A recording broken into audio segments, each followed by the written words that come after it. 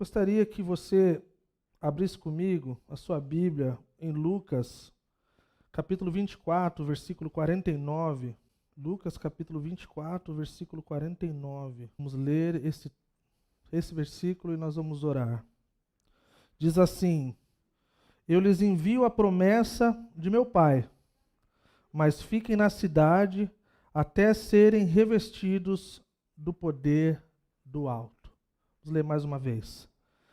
Eu lhes envio a promessa do meu Pai, mas fiquem na cidade até serem revestidos do poder do alto. Senhor, nós nos achegamos diante de Ti, Senhor, e pedimos para que, ao nós abrirmos as Sagradas Escrituras, Senhor, a Sua voz possa ecoar nos corações, Senhor, trazendo vida e transformação, Senhor. Ao nós ouvirmos do Espírito Santo, Senhor, da promessa do Pai, Senhor, eu oro para que o Senhor avive os corações, Senhor. O Senhor traga a medida certa, Senhor, da chama que nós precisamos nos nossos corações, para a glória do Teu santo nome. Amém. É importante dizer, pessoal, duas coisas eu gostaria de dizer para uma questão de disclaimer aí. Nós acabamos de terminar uma série, domingo passado. Fizemos 6 domingos numa série. Então, se você conhece a Calvary um pouquinho, nós ensinamos sistematicamente, expomos cada parte das Escrituras. Então, sobrou esse domingo, E então, semana que vem já é o retiro. Então, vamos aí, sexta-noite, sábado o dia todo e domingo de manhã, nós vamos através de todos os capítulos de Efésios. Então vai ser muito bacana o nosso retiro, com o tema de poema, criados, Efésios 2:10. E logo depois, nós começaremos 1 João. Então você que já começou a ler Efésios se preparando para o retiro, logo depois do retiro você pode começar a ler 1 João e se preparar, que nós vamos passar por cada capítulo e por cada versículo. Mas hoje nós não faremos isso porque nós temos um domingo e nós não gostaríamos de começar um livro e ter que parar. E já fizemos isso muitas vezes e não foi legal. A outra coisa é que eu ousei pensar e ensinar sobre a pessoa do Espírito e os dons talvez em 2 domingos. E aí eu voltei atrás. Então, como a arte já estava pronta e ficou super legal e ousada, eu falei assim, eu acho que eu vou só dar um disclaimer e vou dizer que os dons do Espírito vai ficar para um outro momento, onde a gente vai poder se dedicar com muito mais tempo e dedicação para não fazer coisa que não deve. E poder ensinar parte por parte e poder se dedicar direitinho. Então, hoje, nessa noite, temos como intuito de ouvirmos e sermos desafiados a algumas coisas acerca da pessoa e da obra do Espírito Santo. Então eu gostaria de começar com uma pergunta, Foi feito no Instagram, se você não está no Instagram, tá beleza, tá tudo certo. Bênção para a sua vida, tá? Muito legal. Só não seja hipócrita de não estar no Instagram, mas estar em outras coisas, tudo errado, e pagando sapo de que não está no Instagram. Mas beleza, isso é outro assunto. O que vem à mente quando nós pensamos no Espírito Santo? Quando nós ouvimos a palavra Espírito Santo, o que vem à nossa mente? É interessante ouvir o que vem à mente de cada pessoa. Porque normalmente, o que vem à mente não é exatamente um versículo bíblico. É interessante isso. Por mais bíblico e saudável que a Calvary seja, assim, não é a coisa que vem primariamente. Isso é uma coisa interessante, nos chama a atenção. Assim como quando nós pensamos em igreja também, normalmente não é a primeira coisa que vem, não são versículos, não são coisas da Bíblia, são coisas que nós gostamos ou que nós achamos que é importante para a gente, ou coisas do tipo. E isso me faz ainda mais pensarmos de forma bíblica e refletirmos juntos acerca do Espírito Santo. Por quê? Porque nós temos a possibilidade de estarmos numa comunidade onde cada um tem a sua leitura do seu Espírito Santo. E aí vai ser uma coisa extremamente estranha. Então, o nosso desejo como comunidade, como liderança da igreja, é termos uma figura correta, de uma exegese correta das Escrituras, pelo menos na leitura e na abordagem o qual nós trazemos como Calvary Curitiba. Então, a minha pergunta foi o que vem à mente. Talvez para você que está nos visitando, talvez nunca foi numa igreja, ou talvez, mano, Espírito Santo, talvez eu já ouvi, sei lá, em algum filme, ou algum negócio na TV, ou alguém fazendo Pai, Filho, Espírito Santo, uma coisa assim. Mas talvez é isso aí. Talvez alguém da nossa igreja lembrou dos cultos do fogo que ia lá na outra igreja, dos reteté, dos charamanai, das coisas. Outros pensavam assim, a minha igreja nem acredita nesse negócio. Outros pensam assim, não, na minha igreja a gente expressa e manifesta o Espírito Santo sentadinho, na moral, de olho fechado. E é assim que o Espírito Santo move no nosso meio e a gente vai para casa de boa. Outros lugares o pessoal chora desesperadamente. Outro lugar, choro é coisa estranha. E tem várias dessas coisas. E por incrível que pareça, na nossa comunidade, assim como todas as outras, temos pessoas de todos esses tipos.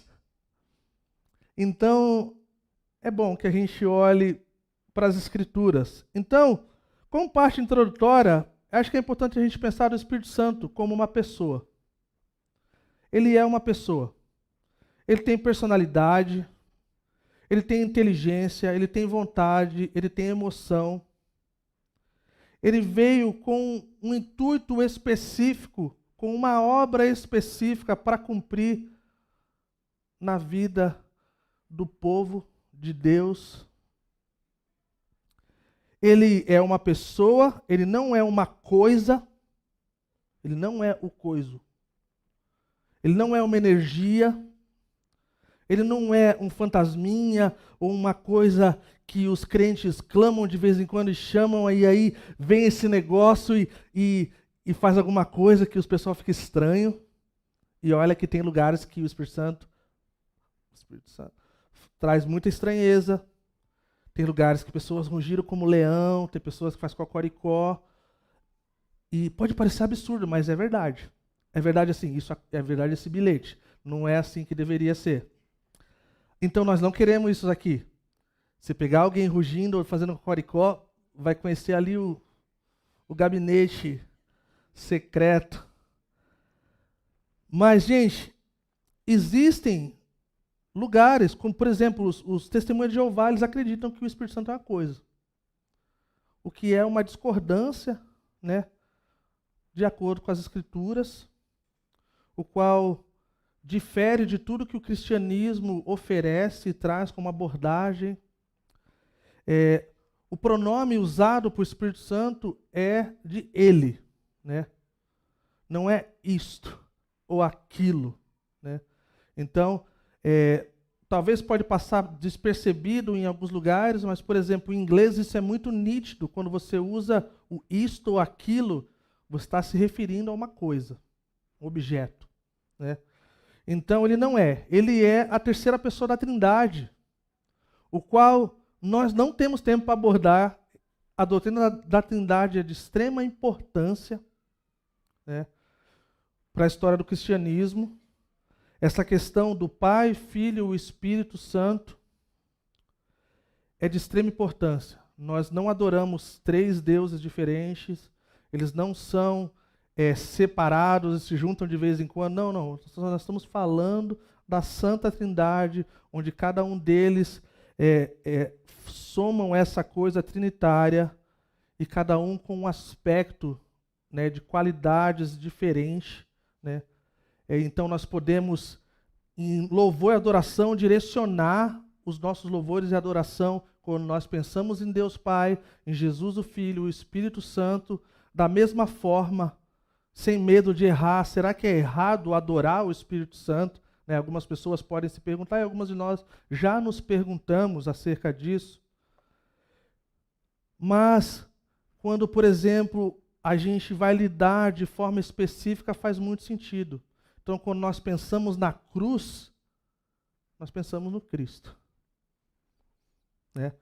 Antes da cruz, quando nós pensamos em Deus, o Pai, o Criador. o que envia o seu filho Jesus para morrer na cruz.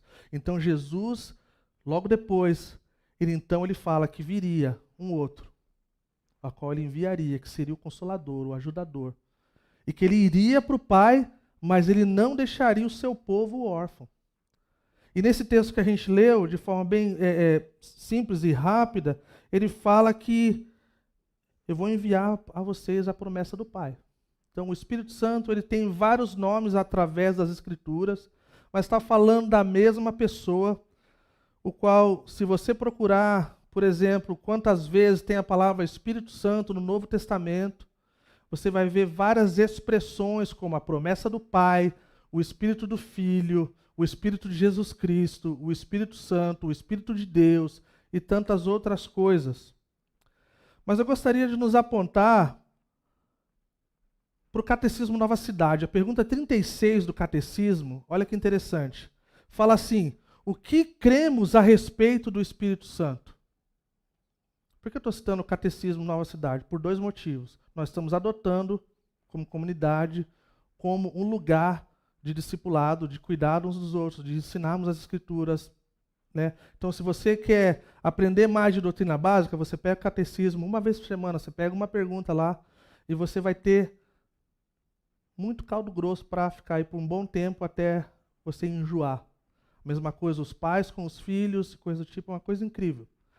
Mas olha o que fala, a pergunta: o que cremos a respeito do Espírito Santo? Fala assim, a resposta é que ele é Deus, que ele é coeterno com o Pai e o Filho, e que Deus o concede irrevogavelmente a todos os que creem.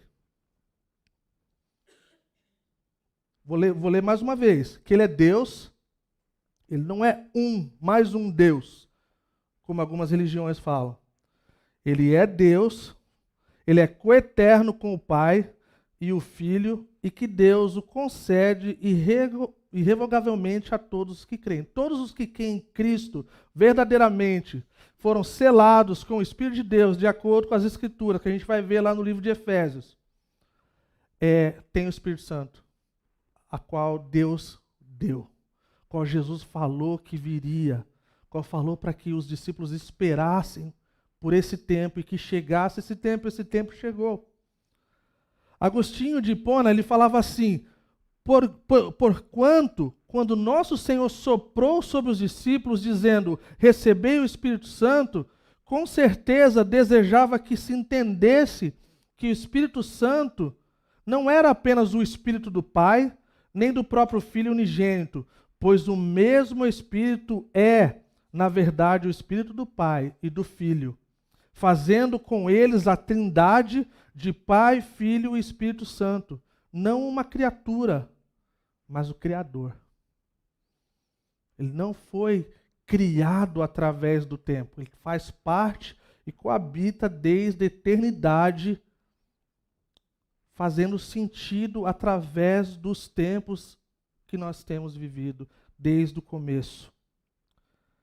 Olha que interessante, a pergunta seguinte, pergunta 37, fala assim: como o Espírito Santo nos ajuda? Aqui então mexe com a pessoa e com a obra do Espírito.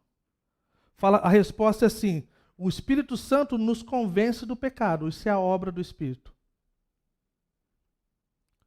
Nos conforta, isso é a característica, um consolador, o ajudador. Nos guia, fala que ele nos guiaria a toda a verdade, nos apontaria para o Pai, nos mostraria o norte. Nos dá dons espirituais, qual vai ficar por um outro domingo, os dons do Espírito. E o desejo de obedecer a Deus. Ele nos capacita a orar e a entender a palavra de Deus. Isso é a obra do Espírito Santo. Está difícil de lidar com tal coisa, está difícil de entender tal coisa. Peça ao Espírito. Peça ao Espírito que ele vai te guiar. Peça ao Espírito que ele vai lhe conduzir. Peça ao Espírito que ele vai esclarecer. Amém? Uma das coisas que nós sempre posso usar o termo sempre e posso falar nós, porque de alguma forma é assim mesmo. Quantos de nós nos deparamos com coisas quando nós lemos o livro de Atos, por exemplo, que é aquela coisa radical do cristianismo, onde pessoas leigas sacudiram o mundo e colocaram o mundo de cabeça para baixo, onde coisas radicais aconteceram de cura e milagres e coisas incríveis, o qual pessoas questionam por que Deus não faz hoje, é porque a igreja está errada, é porque a igreja está zoada, e que a igreja está não sei o que lá, e que não sei o que lá. E a gente pensa assim, se a gente estivesse andando com Jesus naquela época, cara, ia ser diferente. Já pensou nisso? Olha como é que era a coisa com Jesus, de forma bem simples, né? Ah, precisa arrumar dinheiro para pagar um negócio. Opa, peraí, pega um peixinho, plum, resolveu o negócio. Ah, tipo assim, cara, estamos com fome, tem muita gente aí que não sei o que lá. Cara, graças, Senhor. Multiplica, tem para todo mundo e sobra comida. E aí a tempestade vem, e aí ele vai lá e acalma a tempestade. E aí aparece um endemoniado lá, ele vai lá e resolve o negócio e liberta o povo. E aí as pessoas sofriam de enfermidades e doenças e coisas e se deparavam com o Senhor e Ele os curava. E a gente fala assim, cara, se Jesus andasse com a gente hoje, ia ser assim. Tipo assim, pô, acontecia. Tipo Jesus dos filmes da Globo, né? Tipo assim, tem um passarinho, tipo, caiu com o pescocinho, tipo, pá, sai voando. Mas é radical pensarmos que o Espírito Santo é uma pessoa e ele está conosco, aqueles que creem. Está conosco todo dia, toda hora, em todo momento. Disposto a toda hora se relacionar. A toda hora ter algo para nos guiar e nos confortar e ministrar os nossos corações. Então, quando nós pensamos nisso, nós pensamos, cara, eles não estão aqui do jeito que a gente gostaria que fosse, né, nos 3 anos e meio de Jesus lá, mas Ele está conosco todo o tempo. Nós temos isso através das Escrituras. As Escrituras nos mostram e temos garantia disso. Então, o Espírito Santo de Deus está conosco a todo tempo e isso deveria ser um conforto primário, no sentido assim, cara, estamos guardados, até mesmo quando não parece. Mas também um conforto no sentido de que quando Jesus falou que nós não estaríamos só, que Ele enviou o Espírito Santo para estar conosco. E até quando a gente gostaria que Ele não estivesse conosco, Ele está. Diante dos nossos pecados e das nossas falhas, da forma que falamos, ou vemos coisas, ou ouvimos coisas que não deveríamos, de pensar, nossa, o Espírito Santo está aqui, mano. Isso deveria mexer com o nosso coração, gente, de verdade. Isso deveria fazer com que a gente olhasse, né, de forma diferente. O Espírito Santo é o agente primário da divindade trabalhando no mundo atual. Muitas das coisas que estão acontecendo nos bastidores, o qual nós não temos acesso nessa questão do convencer do pecado e do juízo, né, da justiça, o Espírito Santo está trabalhando. De formas que nós não podemos muitas vezes ver, algumas coisas podemos entender, né? João capítulo 14, versículo 16, ele fala assim, o Senhor fala, né, eu pedirei ao Pai, e Ele lhe dará outro consolador, outro ajudador, para estar com vocês para sempre. Eu amo essa coisa do para sempre. Porque se não tivesse esse negócio do para sempre, de tempo em tempo a gente talvez expirou a data do Espírito Santo. Talvez ele ia só até ali. Eu acho que ali já foi. Né? Não fala que é para sempre. Então olha que radical quando nós olhamos para Jesus e todas as coisas que Ele fez quando Ele estava na terra, e de pensar que o Espírito Santo, juntamente com a Santa Trindade, Ele tem a sua função e a sua obra. Então quando nós estamos tristes, Ele nos conforta. Que coisa boa ser confortado por quem sabe confortar. sabe consolar. Um conhecido nosso,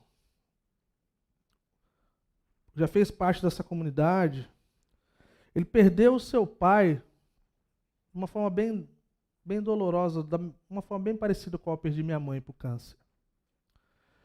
E depois daquela dor, do luto, de todas aquelas questões, ele falou que uma das coisas que mais mexeu e confortou a vida dele diante do luto e do sofrimento, foi quando alguém falou assim: o Rei Jesus continua sendo o mesmo, ontem, hoje e eternamente. Ele falou aquilo, não teve nenhuma outra palavra que tipo assim, vai ficar tudo bem, ou que o Senhor, sabe aquelas coisas que a gente fala, até coisa que não deve. É uma lição para nós. Se quer encorajar alguém em tempos de luto, fale de quem sabe consolar. Então nós temos, o apóstolo Paulo falou assim: oro para que o Deus de todo conforto seja com vocês. Porque Ele sabe. Nós nos esforçamos. E nós, muitas vezes, o nosso esforço, nós podemos falar coisas que não deveríamos. Mas quando nós falamos, que o Deus de todo conforto seja com você. Que a graça e a paz de Jesus Cristo seja sobre você. Que o Espírito Santo, o Consolador, o Ajudador, possa ser sobre você. E os ajude nesse tempo de dificuldade. Então, se nós estamos tristes, Ele nos conforta, Ele sabe nos confortar. Se nós estamos desencorajados, Ele sabe nos fortalecer. Porque Ele sabe, faz parte da sua natureza. Né? Se estamos aflitos, Ele sabe nos consolar. Se estamos perdidos, parte do papel dele nos guiar. E nos guiar para o norte. Para o nosso telos. Tudo que mais nós desejamos de verdade, o Espírito Santo sabe nos guiar. E o nosso coração, como diz Agostinho, né, o nosso coração, enquanto ele não encontrar, né, a verdadeira coisa que o nosso coração deseja, a gente não estará em paz. Nós estaremos inquietos e atribulados. E que bom saber que o Espírito Santo é aquele que nos guia, e com fidelidade. Em tempos de falta, quando sentimos que talvez estamos nos faltando algo, o Espírito Santo é a nossa provisão. Isso é algo incrível, né? Então, falando dessa questão da pessoa do Espírito Santo, tem uma palavra grega para isso, paracletos, né? Que é essa questão do conselheiro, do consolador. Para quer dizer com ou ao lado, e kletos chamado. Ele é chamado para estar conosco. Ele é chamado para andar conosco. E isso é algo incrível. É algo que é um privilégio para nós. Jesus pediu ao Pai. Ele falou que pediria ao Pai para que enviasse o Paracletos, aquele que estaria conosco, do nosso lado, que estaria caminhando conosco. Então ele é uma pessoa. Ele é uma pessoa, não importa a forma que as pessoas se expressem fora das Escrituras, ele é uma pessoa. E de acordo com o ChatGPT, que não mente, diz que, eu perguntei, o que faz com que uma pessoa seja um ser humano de verdade? E aí falou um monte de coisa, eu falei assim, quais são os elementos mais importantes? Alguém que tem vontade, emoção, inteligência, é qualificado para ser um ser humano? E o ChatGPT disse que essas são uma das mais importantes qualidades para que uma pessoa seja um ser humano, seja uma pessoa que sinta, que tenha vontade, que fale. Então, nós nos relacionamos de forma o qual nós, seres humanos, né, o ChatGPT fala assim, que tem alguns outros tipos de seres, o qual eles se entrelaçam de acordo com esses tipos de vontades e desejos e coisas do tipo, mas não é a mesma coisa. Né? Então, assim, pai e mãe de pet, assim, não é a mesma coisa. Entendeu? Alguém que diz que se relaciona com uma força, com uma energia, também não é a mesma coisa. se você se relacionar com eletricidade, né, com energia, 117 ou 220 volts, você vai ter uma experiência mística. Cara, a Cíntia está aí? Vou repetir só para alguém depois falar para ela ficar orgulhosa de mim. Eu falei 127 e 200 volts. 110 não é uma coisa fina. Tá? Na sua conta de luz lá está escrito 127. 110 é coisa do passado. Então, 117 e 220 volts. Você vai ter uma experiência mística. E não tem nada a ver com o Espírito Santo. Tá? E vai ser extremamente dolorida essa experiência mística. E algumas crianças e talvez em algumas outras situações, adultos, né, já experimentaram disso. E não foi transcendente. De forma alguma. Deu ruim. Né? Mas o ponto é, então, o Espírito Santo, ele é uma pessoa. Ele se relaciona. Nós nos relacionamos com ele. Vamos abrir em 1 Coríntios capítulo 2, versículo 10. Nossa, eu ler 2 Coríntios ia dar ruim. Ia falar de algum negócio do capiroto. Não era essa, meu Deus. Fala, versículo 10. 1 Coríntios, versículo 2, fala assim: mas Deus o revelou a nós por meio do Espírito. O Espírito sonda todas as coisas, até mesmo as coisas mais profundas de Deus. Né? Então a gente vê que ele conhece, ele sonda. Né? Seguindo adiante, alguns capítulos depois, no versículo 12, versículo 11, diz assim, 1 Coríntios capítulo 12, versículo 11, fala assim: todas essas coisas, porém, são realizadas pelo mesmo e único Espírito, e ele as distribui individualmente a cada um como quer. Então, como quer. Uma força, energia, qualquer outra coisa, não tem essa capacidade. A não ser alguém que seja uma pessoa. Então ele revela, ele sonda, ele conhece. Mas ele não para por aí. Lembra, o ChatGPT falou que tem que ter outras coisas. Ele tem emoção. Para você que é racional demais, talvez, tem dificuldade de ver algumas pessoas se emocionando ou coisa do tipo assim, talvez, se você experimentar um pouco mais do Espírito, o seu coração vai amolecer. O pastor Chuck, fundador da Calvary, costumava dizer que uma igreja que não chora está num lugar de dificuldade. Porque todo povo de Deus que realmente se encontrou diante do Senhor, diante da realidade do Senhor, tende a nos levar à lágrima. Quando nós olhamos para quem Deus é e para quem Ele gostaria que fôssemos. Né? Os nossos pecados que nos afastam de Deus. Então, Efésios capítulo 4, versículo 30, nós vamos seguir um pouco mais rápido aqui para eu não me embananar e ficar muito tarde. Estamos bom no tempo aí ainda. Fala assim, não o quê? Então você não tem a capacidade de entristecer uma força, uma energia ou coisa desse tipo. Cara, imagina que o Espírito Santo pode ser entristecido. É uma coisa radical. De pensar que nós podemos entristecer alguém que é por nós, alguém que foi enviado para fazer tudo de bem, de bom para nós.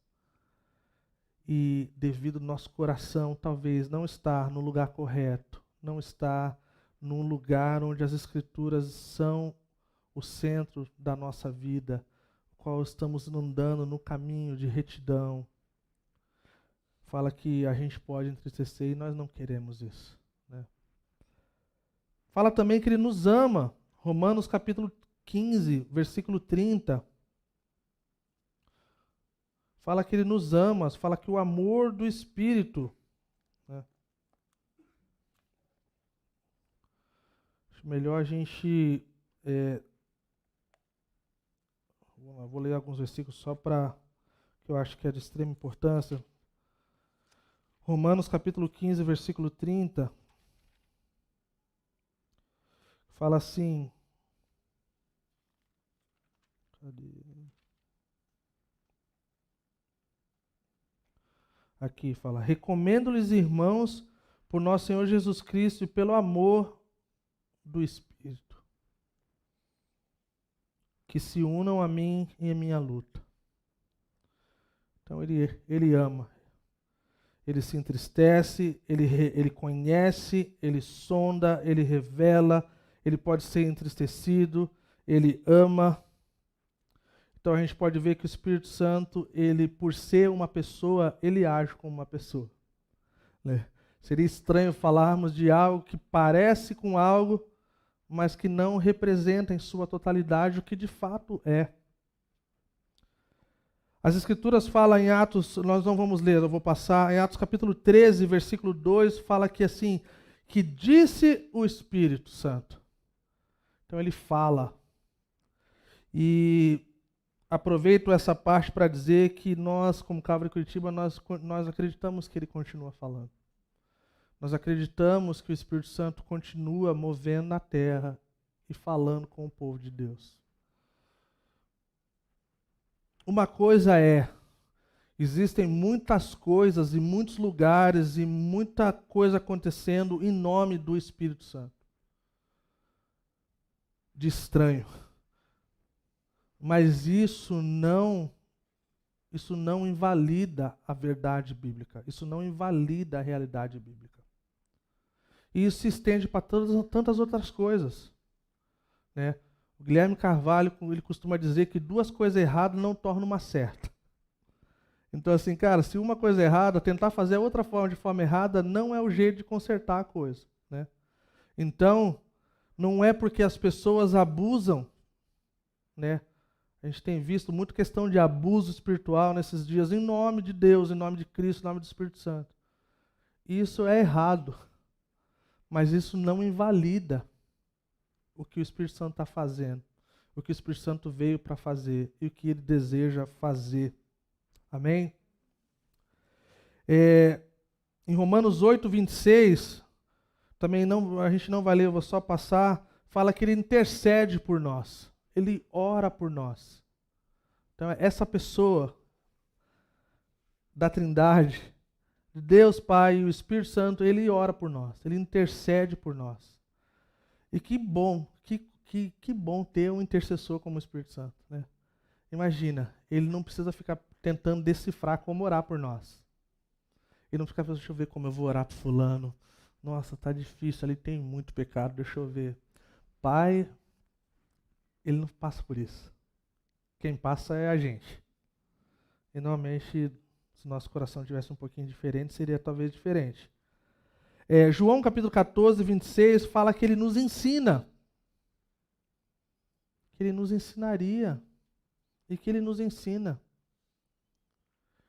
E é uma coisa incrível quando o Espírito Santo nos ensina. Creio que se você já está numa caminhada cristã por um tempo, você pode lembrar de coisas que o Espírito Santo lhe ensinou. Coisas talvez que na sua vida talvez você nem conseguia ver que talvez mudaria. E quando vê, cara, o Espírito Santo me mudou. Nossa, eu tinha esse negócio aqui, cara, foi uma obra do Espírito. Cara, tem coisa, cara, fulano não conseguia ver um futuro.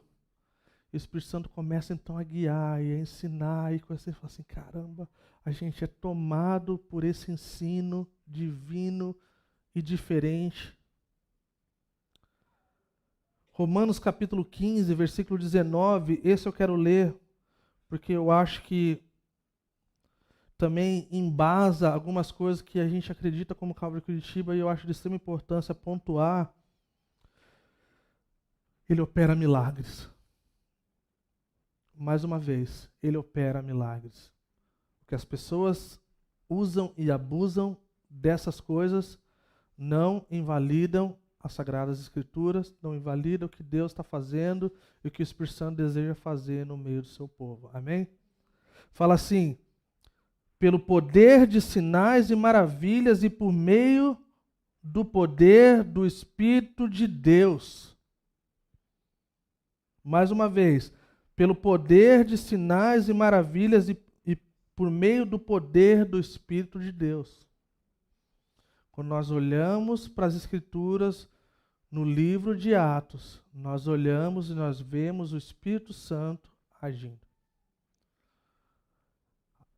Há comentaristas bíblicos que acham que o livro de Atos não deveria ser chamado de Atos dos Apóstolos. Porque dos apóstolos não tem muita coisa. Você deveria ser Atos do Espírito, ou Atos de Jesus Cristo. E isso deve mexer com a gente. O fundador da Calvary, o pastor Chuck, ele costumava dizer que ele acreditava, infelizmente, que se o Espírito Santo fosse tirado do meio da igreja, possivelmente uma boa parte das igrejas continuariam normal. Diante de tantas coisas que nós temos feito, coloco nós porque nós fazemos parte dessa categoria. Tá? Espero que não seja a nossa realidade. Né? Imagina que coisa radical, cara, de pensar, cara, se o Espírito Santo saísse no meio de muitas igrejas, continuariam normal. Isso é uma coisa temerosa. Então nós cremos que o Senhor, através da obra do Espírito Santo, continua fazendo. Nós temos ouvido, essas últimas semanas, nós temos ouvido histórias de redenção. Nós temos ouvido histórias de transformação, de coisas que Deus fez. E, gente, se você faz parte da Calvary Curitiba e você não faz parte dos grupos de conexão, seja por qual motivo que for, eu gostaria de encorajar vocês. Eu acho que foi uma das coisas mais poderosas que nós vivemos nas últimas semanas, eu creio, na minha opinião. Foi de sentar com pessoas e ouvir a história delas. E, gente, isso mexe com a gente, mano. Porque tem coisas que você não imagina o que pessoas dessa comunidade já passou, gente. Você acha que tipo assim, a gente vive, todo mundo aqui está pleno. Tem um hino que fala, você não sabe o quanto eu caminhei, uma coisa assim, né? Não foi um hino, é uma música aí. Mas não é o Chorão que falou.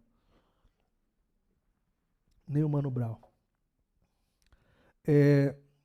Mas, gente, foi poderoso demais, gente. Você pode perguntar, cara, faça isso. Se tiver a oportunidade de estar com alguém em algum lugar, assim, cara, me conta a sua história.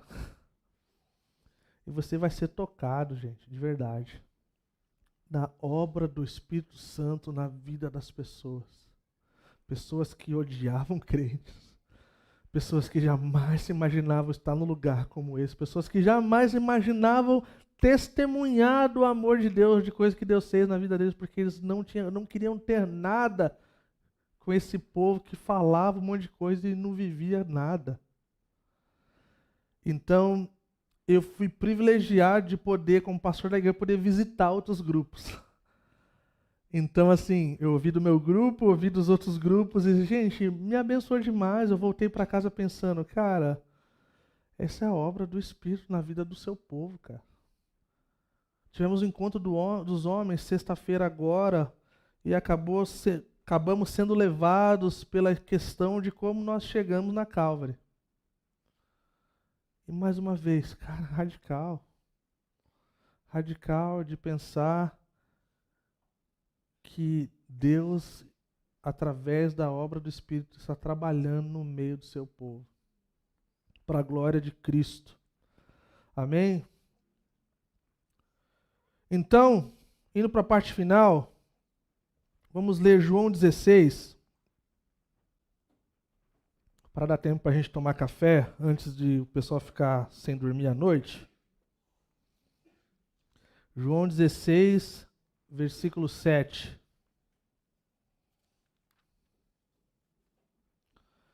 Diz assim: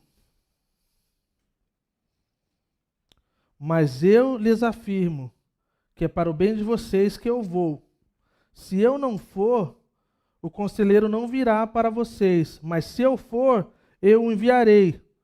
Quando ele vier, convencerá o mundo do pecado, da justiça e do juízo. Do pecado, porque os homens não creem em mim, da justiça, porque eu vou para o Pai e vocês não me verão mais, e do juízo, porque o príncipe deste mundo já está condenado. Então, uma palavra assim, um texto emblemático, um texto que mexe com um monte de coisa, que é necessário. Então, assim, é radical pensar que nos dias de hoje nós precisamos definir de forma muito clara o que é pecado. Diante do relativismo, diante de toda essa questão de que é o que eu acho que é. Então, se eu não acho que é pecado, não é pecado. E se eu acho que a Bíblia não está bem falando isso, também não é. Então, o pecado, de forma bem simples, talvez para quem não está aqui, talvez, e nunca ouviu, tipo, cara, isso aqui é uma palavra que os crentes inventaram. Esse negócio aí do pecado não tem uma definição, cada um inventou um negócio, aí os crentes que erram chamam de pecado. Mas é como se, de forma simples, é como se houvesse um padrão de uma realidade de perfeição, o qual o mais simples é como se nós tivéssemos um alvo lá no final e eu tivesse uma flecha aqui e tivesse um alvo de acertar lá no meio e eu errasse.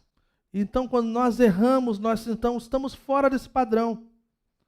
E nós não conseguimos acertar o alvo por nós mesmos. Toda vez que nós desejamos viver uma vida de perfeição, não vai demorar muito para a gente chegar nesse lugar de falar assim, eu não consigo. Eu preciso de ajuda. Não é verdade? Então, o pecado é quebrar a lei de Deus, é fazer coisas que não estão de acordo com o padrão de Deus. Mas olha que interessante que Jesus fala assim, é porque os homens não creem em mim. Isso nos leva a um patamar diferente. Porque enquanto nós estamos lidando com o comportamento das pessoas, quando nós estamos olhando para todos os movimentos que têm emergido nos dias de hoje, Jesus está olhando, está falando assim, ó, o maior pecado desse povo aí, cara, foi dar as costas para mim. Eu dei todos os sinais possíveis de amor, de bondade e de perfeição, e eles deram as costas para mim. E é por este pecado que o mundo será julgado. O mundo será julgado por este pecado. Que a luz veio ao mundo e eles escolheram trevas. Eles escolheram o oposto. E assim, olhando dessa forma, nós podemos entender de que nós vivemos num mundo onde muita gente não crê em Cristo. E não crer em Cristo reverbera de várias formas e traz impacto de várias formas nesse mundo. Meu pastor costumava dizer, quando as pessoas falavam mal da igreja, ou falavam mal do pastor, ou coisa do tipo, e aí ele falava assim, imaginem só, como seria as famílias, os casais, se eles vivessem de acordo com o padrão bíblico? Como seria? Como seria se o marido amasse a sua igreja como Cristo ama a sua esposa como Cristo ama a igreja? Como seria se a mulher fizesse e cumprisse seu papel de que Deus chamou para estar com seu marido e de servir o Senhor através da vida com seu marido? Como seriam para os filhos que obedecessem às Escrituras e obedecessem aos seus pais? como seria para um mundo onde as pessoas matam e roubam por qualquer coisa e vivência de acordo com as Escrituras. O mundo seria diferente. Então, quando nós pensamos num mundo que não crê em Cristo, faz muito sentido o efeito da queda de forma latente. Nós vemos a coisa mesmo ruim, muito ruim. Vamos ler João capítulo 3, versículo 19, que fala exatamente o que eu falei, mas versículo da Bíblia que é melhor. Fala assim: este é o julgamento. A luz veio ao mundo, mas os homens amaram as trevas e não a luz, porque as suas obras eram más. Quem pratica o mal odeia a luz e não se aproxima da luz, temendo que as suas obras sejam manifestas. Olha que radical esse texto. Não querendo que as suas obras sejam manifestas, é melhor então. Você já viu isso? Pessoas que preferem não vir para a igreja, porque vai que alguém descobre alguma coisa. Essa ideia do que assim eu consigo viver bem, quando na verdade lá dentro está quebrado. E essa é uma coisa que diante da luz de Cristo não passa batido. Vamos ler o versículo 36 do mesmo capítulo. Diz assim, João 3, 36. Quem crê no Filho tem a vida eterna. Já quem rejeita o Filho não verá a vida, mas a ira de Deus permanece sobre ele. Mais uma vez, um texto emblemático. A ira de Deus está sobre ele. Sobre essa vida contra Deus. Dessa vida que não crê na obra de Cristo. Existe um pecado, o qual a Bíblia fala que não há perdão. Que é a blasfêmia contra o Espírito Santo. É algo extremamente radical, é algo extremamente pesado. Tá lá, vamos ler, só para Mateus capítulo 12, versículo 31. Mateus capítulo 12, 31. E diz assim: por esse motivo, eu lhes digo, todo pecado e blasfêmia serão perdoados aos homens, mas a blasfêmia contra o Espírito Santo não será perdoada. Gente, isso aqui já deu tanta discussão por aí, tantas coisas, e assim, eu vou tentar ser, como é que fala? Sério, mas com humor. Alguns de nós, diante desse texto, talvez no primeiro ano de conversão, já viemos chorar para o pastor e falar assim, pastor, acabou, estou indo para o inferno, agora já era, não tem mais negócio. Quem está dando risada aí já passou por isso. Eu estou com o pezinho lá no negócio do capiroto. Mas o que foi que você fez? Não, eu fiz um pecado grave, eu fiz um negócio, mas o que foi? Eu blasfemei contra o Espírito Santo. Eu falei coisa que não devia. Mas a pessoa estava chorando, a pessoa estava arrependida, e aí vocês têm que falar assim, ó, querido, ó, querida, só de você já estar assim já mostra muita coisa. Assim, eu acho que você não cometeu isso, não. Tá? Pede perdão para as coisas que você fez aí, entendeu? E tipo assim, volta lá, fica de boa. E aí passa um tempo, pastor, agora foi. Um dia eu estava muito nervoso, eu falei um monte de coisa pro Senhor, cara. E aí eu blasfemei, porque esse negócio da blasfêmia quer dizer falar coisa feia. E aí você vai, de tempo em tempo. Mas quando a gente olha para as Escrituras, acho que uma das coisas mais radicais é pensar que o Espírito Santo, que nos consola, nos conforta e fala conosco, e nos guia, ele é aquele que mexe uma coisinha quando nós fazemos coisa errada e nós sabemos que nós precisamos pedir perdão, nós sabemos que nós precisamos agir que nós precisamos reparar coisas que nós quebramos, que nós precisamos ir diante de coisas que nós deixamos para trás. E essa blasfêmia quer dizer que o dia que a gente já não dá mais ouvido para essa voz, o nosso pecado já está tão cauterizado, a nossa voz, a voz do Espírito já não faz mais nenhum efeito na nossa vida, e a gente decide então viver a nossa vida achando que nós sabemos o que fazer. E o apóstolo Paulo fala em Romanos, fala que então esse tipo de pessoa foram entregues a seus próprios desejos e prazeres. E aí nós lembramos que a nossa carne, ela é contra o Espírito. Eles se brigam direto. O nosso desejo carnal e as nossas vontades, eles não são santos. Eles não desejam a Deus como deveriam. Como o nosso espírito deseja. Então, eu acho que é uma aplicação para nós. Como tem sido a nossa reação diante de coisas que nós sabemos que é errada? Será que temos sentido o peso do pecado? Será que nós temos ido diante do Senhor para pedir perdão? E temos ido diante de pessoas e coisas talvez que precisam de reparo para ser reconciliado e restaurado?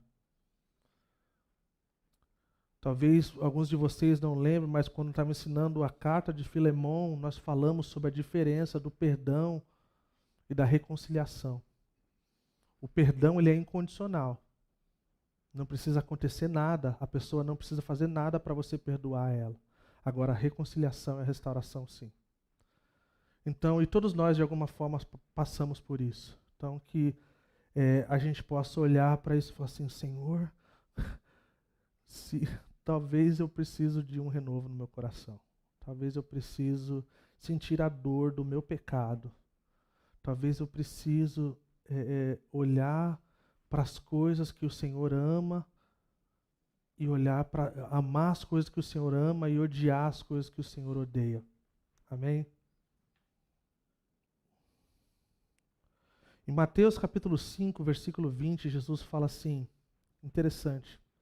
Ele está falando dos fariseus, ele fala assim, vocês têm que ser diferentes. Vocês têm que serem superiores aos fariseus.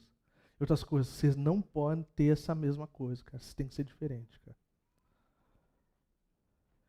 E ao nós olharmos diante dessa questão do pecado, né, como errar o alvo, da justiça, como fazer a coisa certa, fazer aquilo que é correto, e ao nós olharmos para essa questão do juízo e da coisa errada, nós podemos olhar através das Escrituras e vemos listas de coisas que não são justas, não são corretas. Eu não vou ler devido ao tempo, e realmente quero encerrar para a gente ter um tempo ainda de cantar mais uma música e ter a ceia junto. Se você estiver anotando, nós não vamos ler, mas... então, o que acontece com o injusto, né? Com aquele que não está vivendo a vida justa, você pode anotar em 1 Coríntios, capítulo 6, versículos de 9 a 10, tem uma lista. Gálatas capítulo 5, versículo 19 a 21, tem outra lista. Efésios capítulo 5, versículo 5, tem outra lista. E Hebreus capítulo 12, versículo 14, diz assim, que sem santidade ninguém verá o Senhor. Sem santidade ninguém verá o Senhor. Em outras palavras, Deus não permite nada contaminado no céu. Ele fala de quem está indo para o reino de Deus, né? E para aqueles que vão herdar o reino de Deus e aqueles que não vão herdar o reino de Deus, né? Nós vemos também essa questão de que na queda, quando a gente pensa que o mundo jaz do maligno, quando a gente pensa da atuação do inimigo nesses dias, a gente vê como se Adão, devido ao pecado, ele passa o direito de dominar a terra às mãos de Satanás. Então Satanás começa com todas as suas artimanhas. E Jesus veio para redimir o mundo de volta para Deus. E como estratégia, ele usa o seu povo. Lembram da série? Deus está redimindo o mundo o qual ele criou através do seu povo. Através da morte na cruz que pagou por nós, através do triunfo da cruz, onde Satanás é então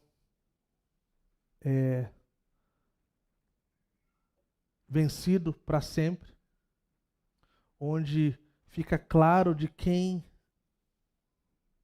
é o poder e de quem é todas as coisas, porque dele, por ele e para ele são todas as coisas, porque através do intermédio dele, por causa do que ele falou, as coisas vieram a existir. E a ressurreição então prova essa vida, essa vitória, nos prova que Satanás está com seus dias contados.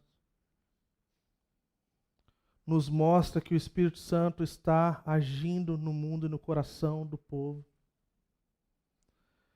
E de que nós simplesmente podemos dar lugar para esse Espírito. Que nós podemos dizer: Espírito Santo de Deus, hoje, o que o Senhor deseja fazer na minha vida? O que o Senhor deseja fazer no meu coração? Como o Senhor deseja me usar? Se tem coisas na minha vida, um amigo meu costumava dizer, em sua oração, ele falava assim: Senhor, tem alguma coisa entre a minha vida e o Pai que tem nos distanciado? E a gente precisa estar aberto para ouvir a resposta. É como o salmista falou: Senhor, sonda-me e conhece, vê se há em mim algum caminho mau. Quando a gente ora isso, a gente tem que estar aberto para ouvir que tem caminho mau. Amém?